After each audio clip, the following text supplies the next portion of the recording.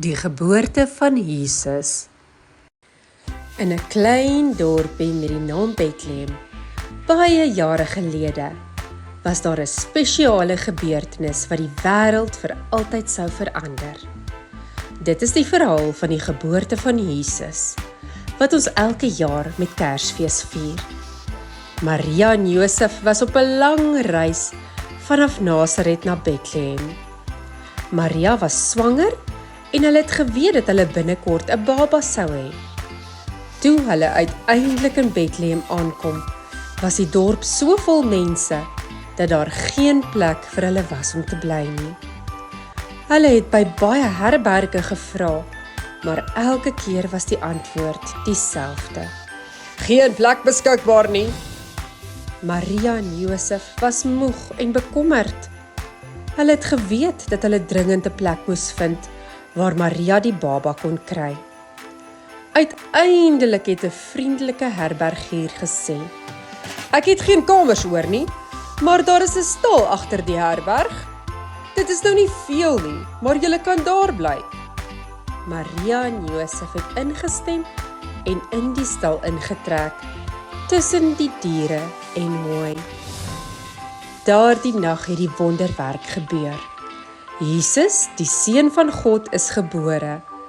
Maria het hom in doekies toegedraai en in 'n krib neergelê, wat eintlik 'n voedingsbak vir die diere was. Dit was 'n baie eenvoudige plek, maar dit het helder geskyn met liefde en vrede.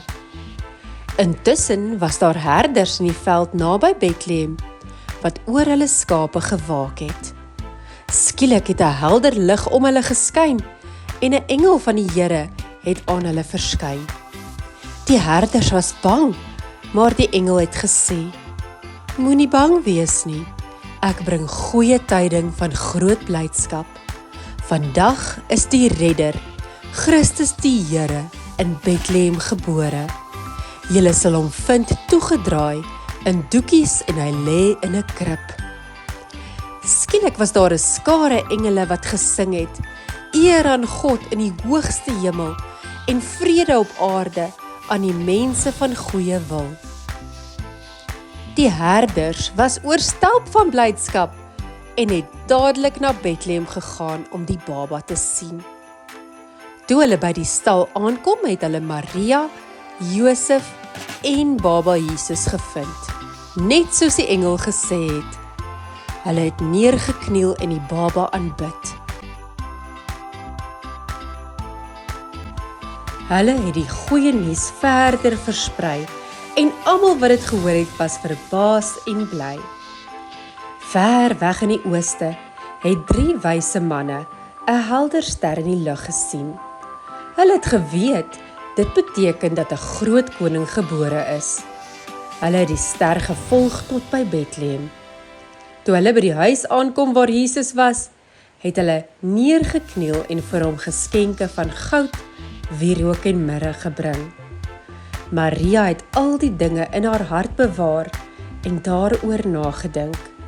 Jesus het die wêreld se hoop en lig geword en ons vier sy geboorte elke jaar met liefde en vreugde op Kersdag.